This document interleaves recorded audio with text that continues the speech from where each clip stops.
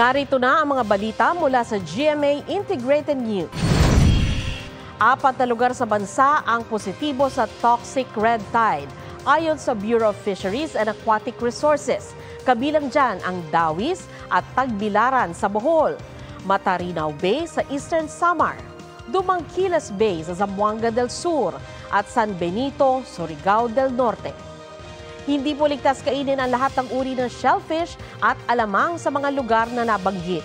Ligtas naman kainin ang isda, hipon, pusit at alimango basta huhugasan ng mabuti bago lutuin. Narito naman ang iba pang balitang binabantayan ng GMA Integrated News. Rockfall event na itala sa Bulkang Mayon sa nakalipas na 24 oras. Bulkang Kanlaon nagtala naman ng 2 volcanic earthquakes.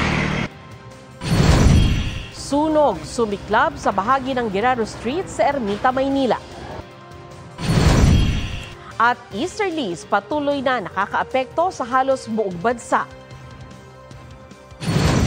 Para sa mas malaking misyon at mas malawak na paglilingkod sa bayan, ako po si Sandra Aguinaldo ng GMA Integrated News, ang News Authority ng Pilipino.